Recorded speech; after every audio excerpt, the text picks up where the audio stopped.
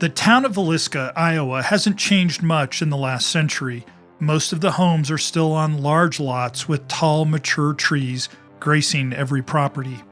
So as I walked from the center of town to a home at 508 East 2nd Street, it was somewhat easy for me to imagine what the home at this address might have looked like just over 110 years ago on the evening of Sunday, June 9th, 1912. A soft wind blew, but otherwise there was a peaceful silence that's remarkable simply because of the absence of the noise typical of modern civilization. The loudest sound I heard was that of my shoes walking on the gravel street. I don't know the exact path that the Moore family walked that evening around 9:30 p.m., but it certainly wasn't a long walk as they made their way home from a children's program at their nearby Presbyterian church, just about 3 blocks away. Reportedly, along the way, the family greeted neighbors and others. There were 8 in the group: Josiah and Sarah, their 4 children, Herman 11, Catherine 10, Boyd 7, and Paul 5. 2 neighbor girls, friends of Catherine's, Lena and Inna Stillinger, were there to sleep over. The program had started at 8 p.m. that evening and had been led by Sarah Moore herself, and all 6 of the children had participated and performed. Sarah, no doubt, was exhilarated that the planned program had gone well and likely exhausted by the effort required to make it happen. But soon the family entered their home, and after a snack of cookies and milk, the Moore and Stillinger children were put to bed. Josiah and Sarah extinguished the gas lamps, and darkness shrouded the 2-story wood frame home. The darkness fully enveloped the 8 lives who slept in this peaceful home in this small, peaceful agricultural town, and the 8 would never wake up. This is the story of the Villisca Axe Murders, and this is the My Dark Path podcast.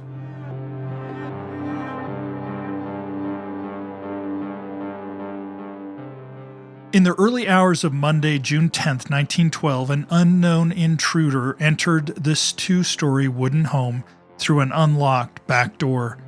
The small Midwest settlement had a population of about 2,000 people, where everyone knew each other by sight, and residents did not worry about crime. The intruder quietly closed the door behind him and proceeded to take an oil lamp from a dresser. The town coroner later reconstructed the events, indicating that the stranger removed the lamp's chimney or glass top and placed it under a chair. Then he bent the wick to reduce the flame's intensity, then lit the lamp and turned it down to a very dim glow, barely illuminating the sleeping household.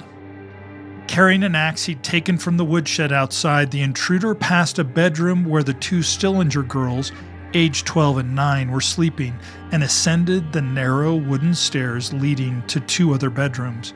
He passed the first bedroom where the 4 Moore children were sleeping, and entered the room where 43-year-old Josiah Moore was lying beside his wife, the 39-year-old Sarah. Raising the axe high above his head to the point where it hit the ceiling, the assailant struck Josiah Moore on the back of his head with the flat of the blade, crushing his skull and probably killing him instantly.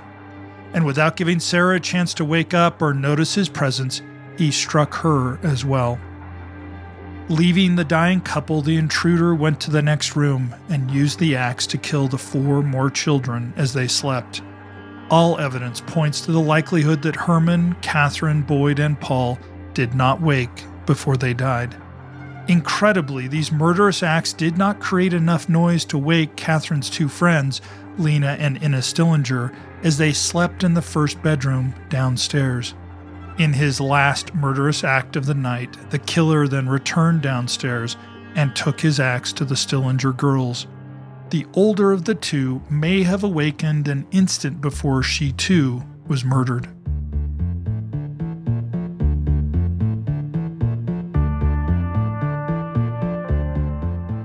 Hi, I'm MF Thomas, and this is the My Dark Path podcast, and in every episode we explore the fringes of history, science, and the paranormal.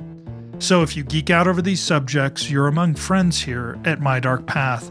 See our videos on YouTube, visit mydarkpath.com, or find us on Twitter, Instagram, and TikTok. And if you like My Dark Path, please consider signing up for My Dark Path Plus on Patreon. Subscribers get an exclusive episode every month and also get free swag like t-shirts, stickers, and books. Find us there at patreon.com/mydarkpath. And thanks to Eric and Eliza, 2 new subscribers to My Dark Path Plus just in the last 30 days. We appreciate your support. But no matter how you choose to connect with me and My Dark Path, thank you for listening and choosing to walk the dark paths of the world with me. So let's get started with episode 50, The Villisca Axe Murders and the Unknown Train Killer.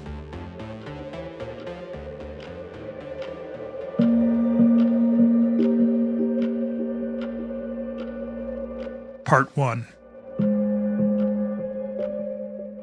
The town of Villisca is a long way from the major cities of Iowa. My trip required a very deliberate drive, a very deliberate effort to find the small, white, 2-story home where, in 1912, these 8 people were murdered in the middle of the night by an unknown man wielding an axe. Without this reason to visit, it's unlikely anyone would ever stumble across the home. The town is located in Montgomery County, Iowa. Even today, the rural county is lightly populated with only about 11,000 people. Planning the trip, I'd researched and read a lot about the murder of the Moore family, the home, and the equally torrid tale of the quest to find the murderer. Even though I had no expectation of a paranormal dimension to the story, several sources and books suggested that element was, in fact, a part of the story. Now, of course, I can't discount that the murder of 8 human beings wouldn't create an environment susceptible to paranormal visitations, but the story doesn't need any additional embellishment to be both terrible and fascinating. My research revealed an even more astonishing insight, that this wasn't just a single, isolated, horrific event. The Villisca case to this day remains unsolved, yet these murders are one of at least a dozen other cases across the United States where entire families were murdered in their sleep under circumstances that are eerily similar. Serial killers are not an artifact of the late 20th century, but before I open that dimension to the story, which will extend into future episodes, let's start with the Villisca Axe Murders. Now, the home at the center of the story looks much like it did 110 years ago. At this time of year, there are few tourists seeking a tour, and the home was locked in the afternoon when I arrived. I walked up the back steps and peered through the windows of the back door into the kitchen. The room has been carefully maintained to cultivate the appearance as it would have been on the evening on June 10th, 1912. Dark brown wood plank flooring was carefully swept and mopped. A wood-fired stove and oven sat against the left wall. A table covered with a tablecloth sat against the far wall, and an icebox sat against the right corner, just to the side of an open doorway that led to the living room. I explored the home, the neighborhood, and the streets to the center of town, and the railroad as the shadows lengthened and the afternoon turned to dusk. But on that night in 1912, once the killer had completed these grisly acts, he then did several things that mystify investigators at the time and even to this day. First, he covered the shattered heads of Joe and Sarah with bedclothes. He also moved through the house and placed clothing over the faces of the other victims. Then he also went on to ritually hang clothing or cloth over every mirror and glass object in the house. Now, at some point, he even removed a portion of uncooked bacon from the icebox and left it wrapped in a towel on the floor of the downstairs bedroom near an unfamiliar keychain. There are hypotheses that the bacon was used as a sexual aid, but forensics being what they were in the 1910s, this was simply a hypothesis. The killer remained inside the house for a while, even filling a bowl with water and washing his bloody hands in it. But just before 5 a.m., he left the lamp at the top of the stairs and departed as silently as he had arrived, locking the doors and taking the house keys with him. And as the sun rose, the murderer vanished without a trace. It was only several hours after daybreak that the gruesome murders of the Moores were discovered. A neighbor, Mary Peckham, was out hanging laundry at 5 a.m. on the morning of the 10th. By 7 a.m., she realized she hadn't seen any of the Moores outside, and there was a complete absence of the usual noise coming from the lively household. By 8 a.m., she had walked to the front door and knocked. And without an answer, she tried opening the door, but found it locked. She quickly let out the Moore's chickens before hurrying home to call Joe's brother, Ross, and requested that he come and investigate. Ross Moore arrived soon after Mary's call. He too knocked at the door and tried unsuccessfully to see the family through a window. Finally, he produced the key his brother's family had given him, unlocked the front door, and went inside. Mrs. Peckham stayed on the porch. Upon opening the door and entering the downstairs bedroom, he saw the mangled bodies of the two Stillinger girls. He immediately left the home and told Mrs. Peckham to call the night watchman, Hank Horton, and the sheriff, Orrin Jackson. Now, while well-intentioned, this initiated a series of events that ruined any chance of gathering valuable evidence from the crime scene. Hank Horton immediately sought out several individuals, including Dr. J. Clark Cooper and Dr. Edgar Howe, Wesley Ewing, the minister of the Presbyterian congregation, the county coroner, L.A. Lindquist, and Dr. F.S. Williams, who conducted the first examination of the bodies and provided an estimated time of death. When Dr. Williams emerged from the house, shaken, he warned a growing crowd of onlookers, quote, "Don't go in there, boys. You'll regret it until the last day of your life," end quote. Despite his advice, as many as 100 curious neighbors and townspeople freely roamed through the house, leaving fingerprints and even taking fragments of Josiah Moore's skull as souvenirs.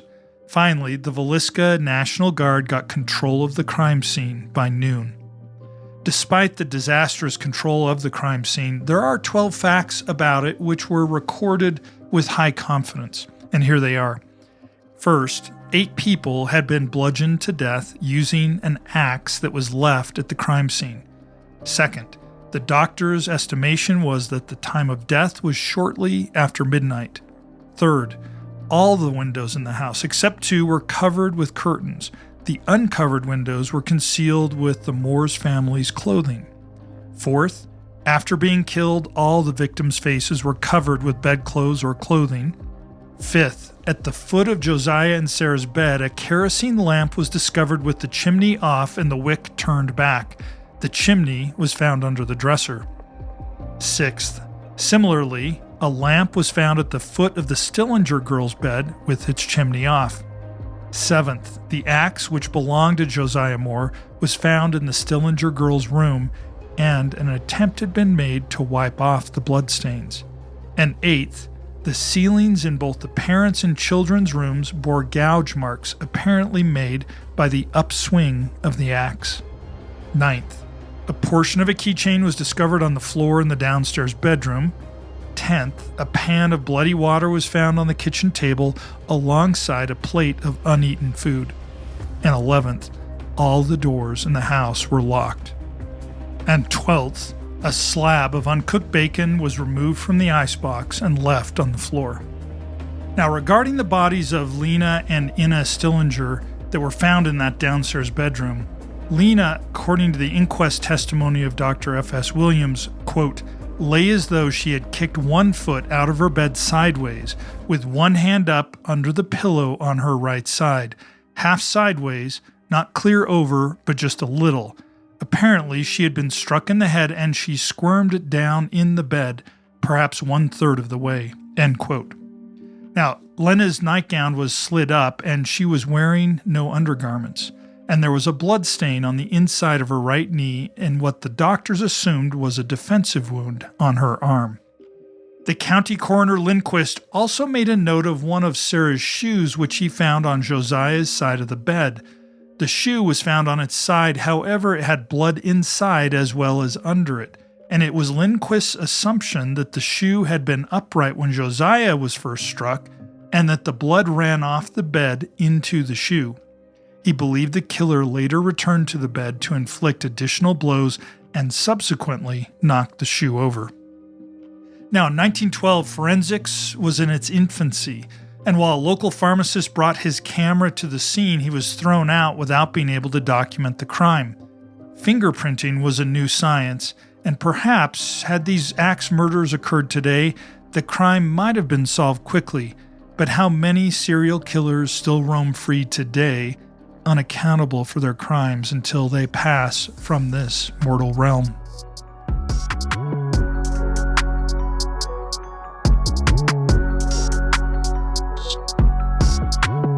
Part 2. The killings shook Villisca to its core, and the failure to find the murderer quickly only added to the growing fear and unease in the community. The reality was that the killer had disappeared without a trace, leaving no clue as to his identity or whereabouts. It was possible that the killer had slipped back into their own home in the area, or even escaped on one of the 30 trains that passed through the town every day, with a head start of up to 5 hours. Despite attempts to use bloodhounds to track the killer, all the efforts proved futile. And as night fell, the townspeople were left with nothing but their own speculations and rumors, and many took to securing their homes with stronger locks. And such was the fear that, by nightfall, not a single dog could be found for sale in Villisca at any price.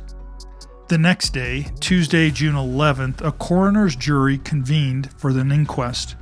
14 witnesses testified. Mary Peckham, the Moore's next-door neighbor, was the first person to testify, and I've already shared her experience. The second person to testify was Ed Selly, one of Josiah's employees. Ed had first learned that something was wrong with his employer when Ross, Josiah's brother, had called the store looking for him. Questioning Ed did open up a list of people with a potential motive to kill the Moores, or at least Josiah. Apparently, Josiah relayed the following, quote, "Joe says I got a brother-in-law that don't like me. Said he would get even with me sometime," end quote. Other witnesses also appeared that morning, including the physicians who'd responded to the crime scene, as well as Josiah's brother Ross and his wife, Jessie. And while the inquest did little to establish new facts or identify potential subjects, several well-known men came under suspicion almost immediately. The first was Frank Jones, a powerful local businessman and state senator who was suspected of holding a grudge against Joe Moore for at least two reasons. First, Moore had been a star salesman for Jones's farm equipment business for 7 years, but he had left that business in 1907, 5 years before the murder. The reasons for Moore's departure possibly include Jones's insistence on long working hours. Moore then became a direct competitor and took the valuable John Deere franchise with him. And secondly, Moore was rumored to have had an affair with Jones's daughter-in-law, a local beauty with a reputation for indiscretion. Her affairs were apparently well known, as she would arrange those liaisons over the phone. Perhaps not a very smart thing to do when an operator had to manually coordinate all phone calls. Now, by 1912, the relationship between Moore and Jones had become so strained that they would cross the street to avoid each other, a clear sign of animosity in a very small community. And despite never being formally charged with involvement in the murders, Jones was investigated by a grand jury and was subject to a long campaign to prove his guilt, ultimately leading to the destruction of his political career. Many in Villisca believed that he used his considerable influence to avoid prosecution. Now, a few people in Villisca believed that Jones, because of his age and status, would have committed the murders himself. However, it seemed reasonable that Jones could have hired someone else to carry out the deed. This hypothesis was pursued relentlessly after the murders by one James Wilkerson, an agent of the prestigious Burns Detective Agency.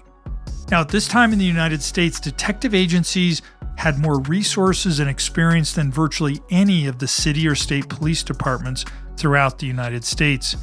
Wilkerson became involved almost immediately after the news of the murders became public. Wilkerson believed Jones had paid a man named William Mansfield to kill Josiah Moore as an act of revenge.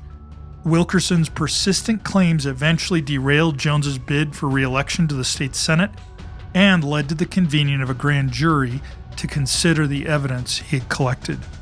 Over time, Wilkerson focused intensely on William Mansfield as the primary suspect in the murder of Josiah Moore and the other individuals in the Moore home. According to Wilkerson's investigation, Mansfield had been hired by Jones to commit the crime, and Wilkerson alleged that Mansfield was a cocaine addict and a serial killer.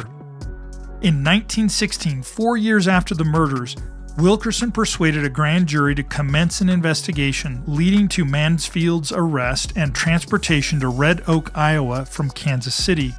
On Saturday, July 15, 1916, the Montgomery grand jury began examining the evidence against William Mansfield. It was expected that the jury would be busy until Friday, when Mansfield would have his preliminary hearing and be defended by his attorney arriving from Kansas City. Now, interestingly, part of Wilkerson's case against Mansfield included the accusation that he was responsible for the axe murders of his own wife, baby, as well as his father and mother-in-law in Blue Island, Illinois, on July 5, 1914, 2 years after the Villisca murders.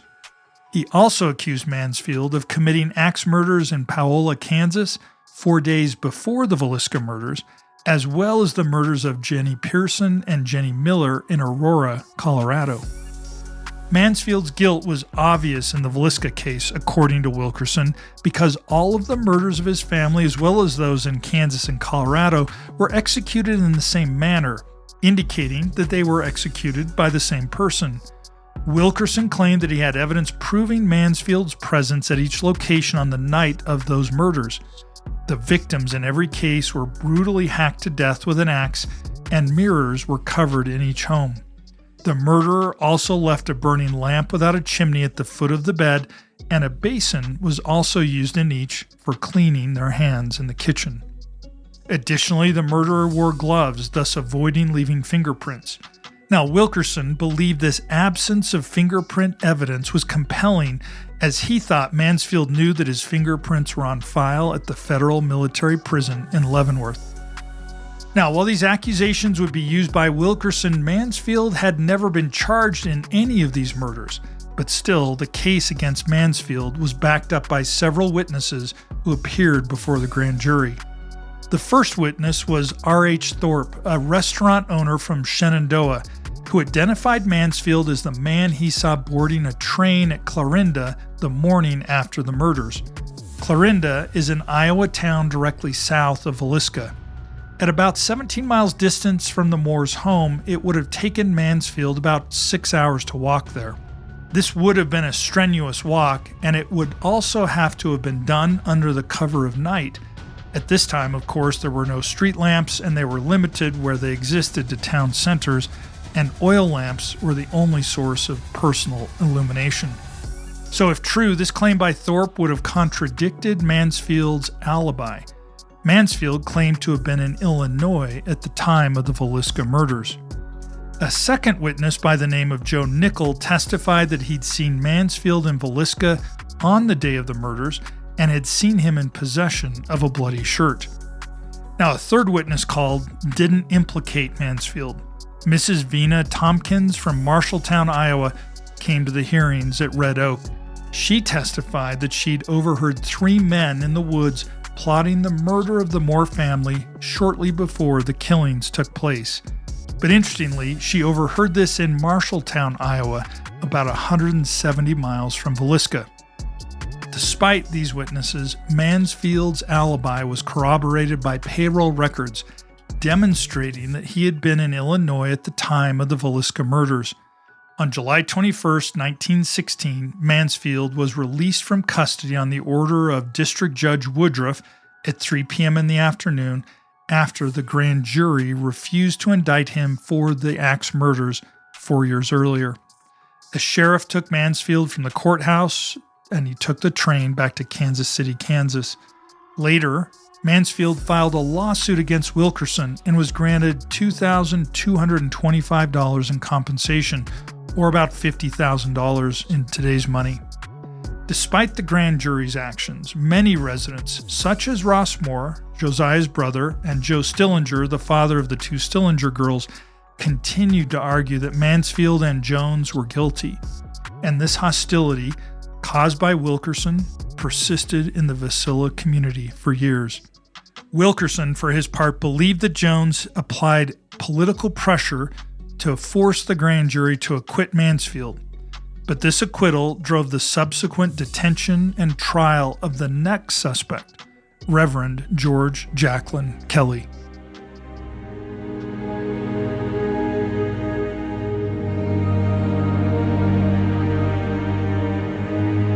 Part 3. The Reverend George Kelly was an immigrant from England, and he had worked in the United States as a preacher and was a known sexual deviant with documented mental health issues. He had been present in Villisca on the night of the murders, and he acknowledged that he had left on a morning train just before the bodies were discovered.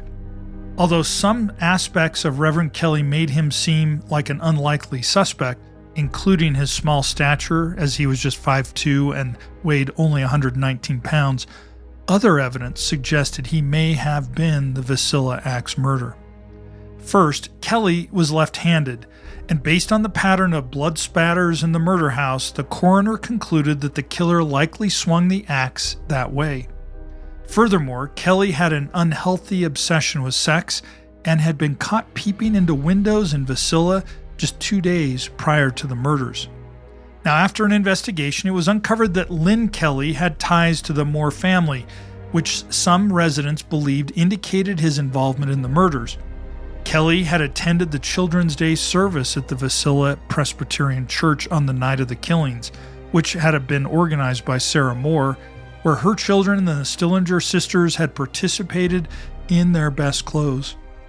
Many residents of Villisca speculated that Kelly had become obsessed with the family after seeing them perform at the church, and that he had spied on the Moore household as they all went to bed. Now, some evidence supported the theory that the killer had waited for the Moores to fall asleep, such as the discovery of a depression in some hay bales in the family barn that could have been used as a lookout post. Also, the state of Lena Stillinger's body suggested a sexual motive, but no evidence of an assault was found by doctors. Kelly's obsession with the case caused him to start writing long, rambling letters soon after the murders.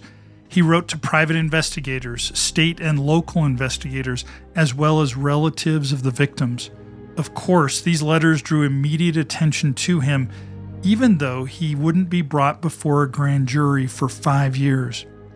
But within a month of the murders, officials investigating the crime started to pay attention quietly to these letters of the preacher Kelly. Tom O'Leary, representing the Hayes Detective Agency, was particularly suspicious of him. O'Leary wrote a flattering letter to Kelly asking for details about what had happened on the night of the murders. Kelly replied to O'Leary and to several others, providing details that seemed either fanciful or incriminating. He claimed he had been out walking and heard the thud of the axe, and that the killer had been disturbed by a couple walking by and had stepped out onto the porch until they had passed. He also said that Mrs. Moore had reared up in bed before the killer struck.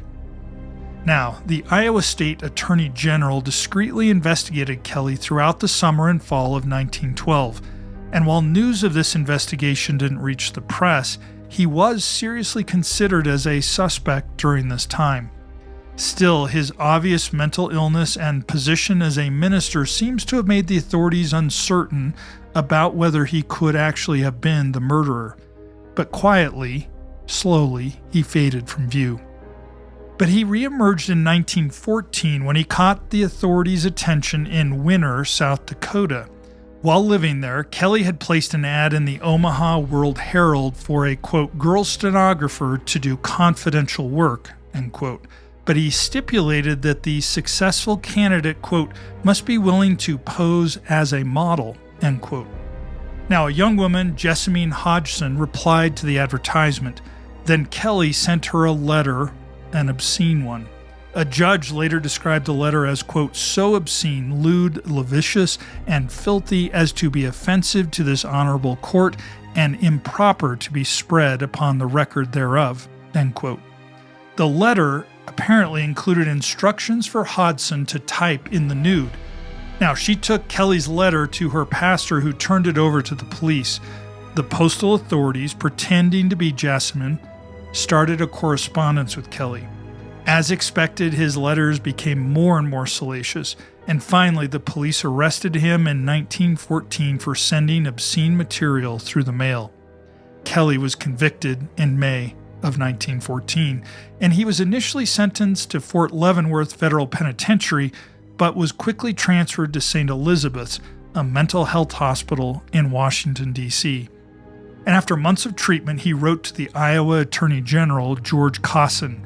With his mental health more stable as a result of his treatment, Kelly apparently realized that his past claims of being involved in the murders put him at high risk for prosecution. Cosson replied back via mail that Kelly wasn't a suspect and that instead he should focus on getting well. But in 1916, when the Wilkerson case collapsed, a grand jury member, Scott Smith, was reported as saying, quote, "We've got to look at that crazy preacher over in Nebraska," end quote.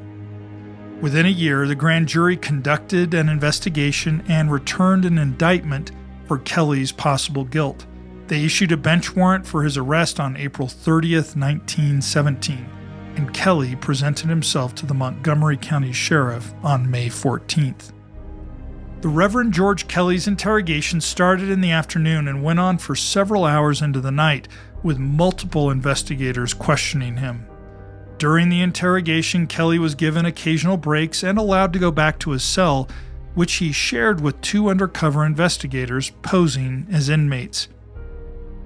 These undercover investigators spoke with Kelly during his breaks and falsely claimed that confessing to the crimes would result in better treatment.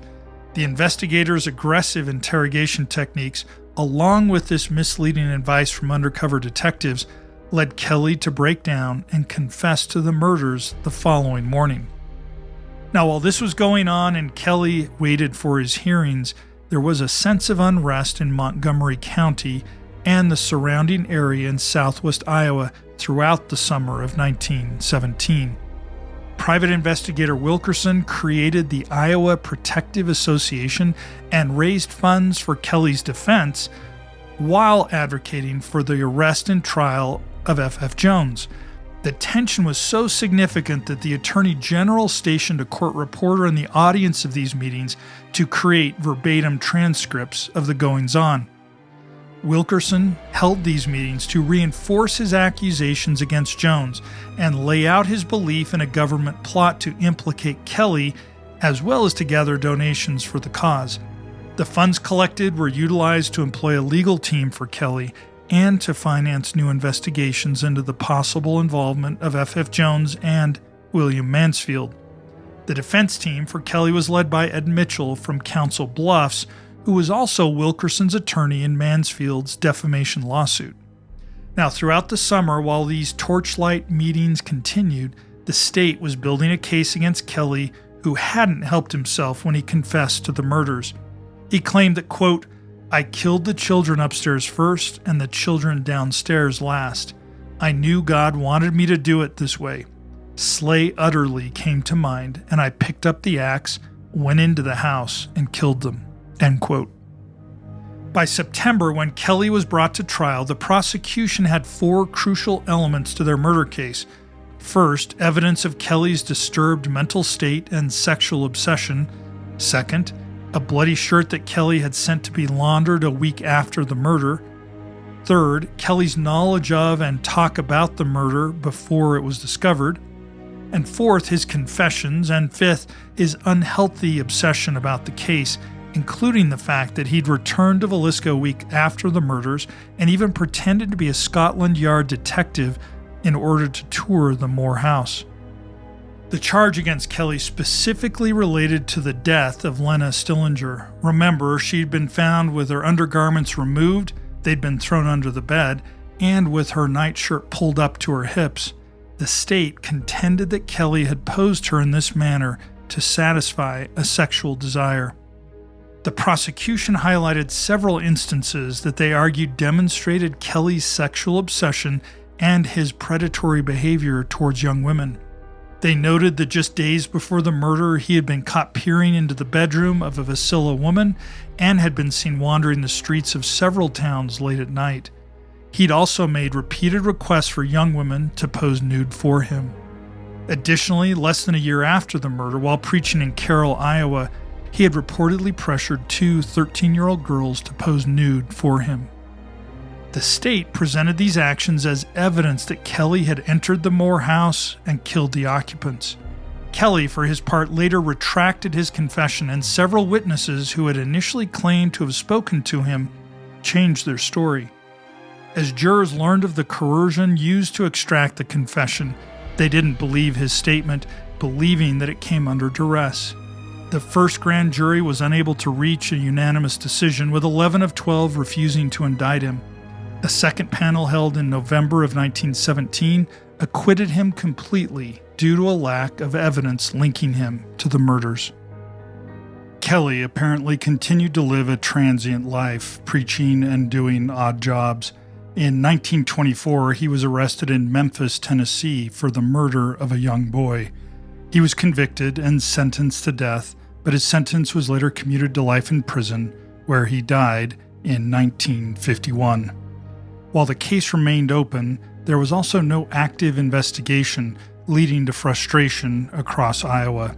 The families and supporters of the victims were unable to find closure or justice, while many believed that Wilkerson's influence had swayed public opinion and allowed the true killer to escape punishment. With both sides now feeling powerless and angry, the situation remained unresolved.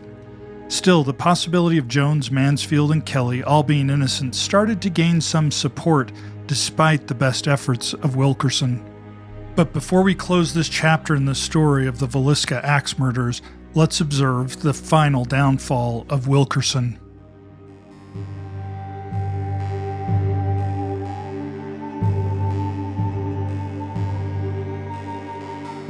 Part 4. Wilkerson, as I mentioned, was not a popular figure.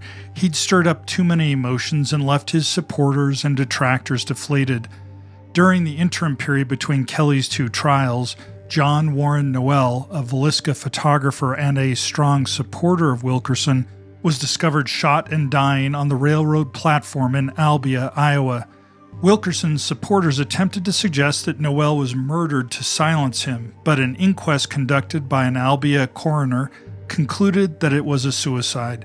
Railroad detectives were pursuing Noel for allegedly attempting to extort money from the CB&Q by staging an accident. While not directly implicating Wilkerson in the scheme, the suicide and the events surrounding it cast a negative light on his patron. Then, another part of Wilkerson's life started to unravel. As a part of his crusade to convict Jones and Mansfield, Wilkerson started a campaign in early 1918 to win the position of Montgomery County Attorney General. He'd been very clear that he was seeking this position so as to better pursue Jones and Mansfield, but Wilkerson had many enemies who were seeking an opportunity to bring him down. In June 1918, James Wilkerson and May Noel, the widow of John Noel, were arrested on charges of conspiracy to commit adultery at an Ottumwa, Iowa hotel. 6 months later, their trial jury was unable to reach a verdict as to whether to convict James Wilkerson without May. The judge decided that he could not convict one without the other. Still, Wilkerson persevered in his campaign for Attorney General, easily winning his party's nomination. He was a clear favorite to win the general election in November. However, to meet the legal requirements for the position, he needed to be admitted to the Iowa State Bar. When he applied to the Iowa State Supreme Court, the state attorney general strongly opposed his application and developed a long dossier of findings against him. Wilkerson, stymied, withdrew his application and ended his campaign, returning to live in Kansas City. With Wilkerson's withdrawal from public life, the last character in the story exited the stage, and the story now seemed to go dormant. But as gruesome as the Villisca Axe murder case may be, it's just the tip of the iceberg. As I mentioned in the opening, the murder of the Moors and the children's friends is not an isolated one. As much as we think of serial killers being a modern phenomenon, it's not. There's real evidence that the slaughter of 14 families totaling 59 victims were committed by a single murderer across the country from late in the first decade of the 1900s through 1912. Additionally, there is reasonable evidence that another 25 family murders with another 94 victims can be connected to the same suspect. But how could this be true? But consider the time. Without forensics, databases, and even easy communication across police jurisdictions, it's easy to see that up to 36 family murders could have gone unconnected. The story that connects the Villisca case to these others is astonishing. The alleged murderer would represent, if true, the second most prolific serial killer in the history of the United States, just behind Samuel Little with 60 confirmed victims. There are astonishing similarities among these cases: the use of a blunt edge of an axe, the absence of robbery, the covering of victims' faces, just to name a few. The connection of these murders is a story that I'm now exploring, even including an AI tool I've developed to help identify patterns that may have gone unnoticed. The suspect may have even been responsible for the 1922 Hinterkaifeck murders in Germany. But as for this first episode about the Villisca Axe Murders, it's now complete. But as surely as the lights fade over the story, they will just as surely return to illuminate the story of the man from the train.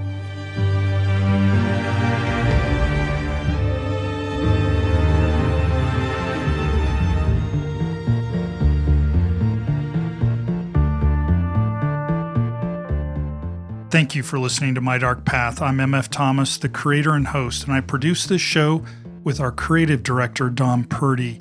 I researched and wrote this episode.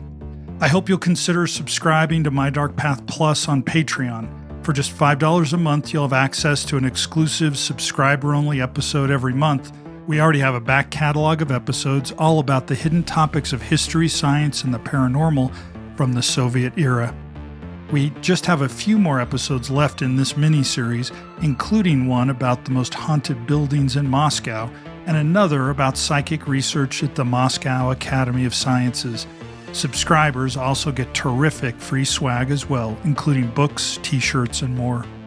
But even if you can't support us via Patreon, please consider giving My Dark Path a 5-star rating wherever you're listening, and feel free to jump over to YouTube and watch our video episodes there.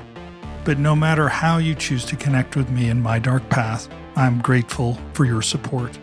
Again, thanks for walking the dark paths of history, science, and the paranormal with me. Until next time, good night.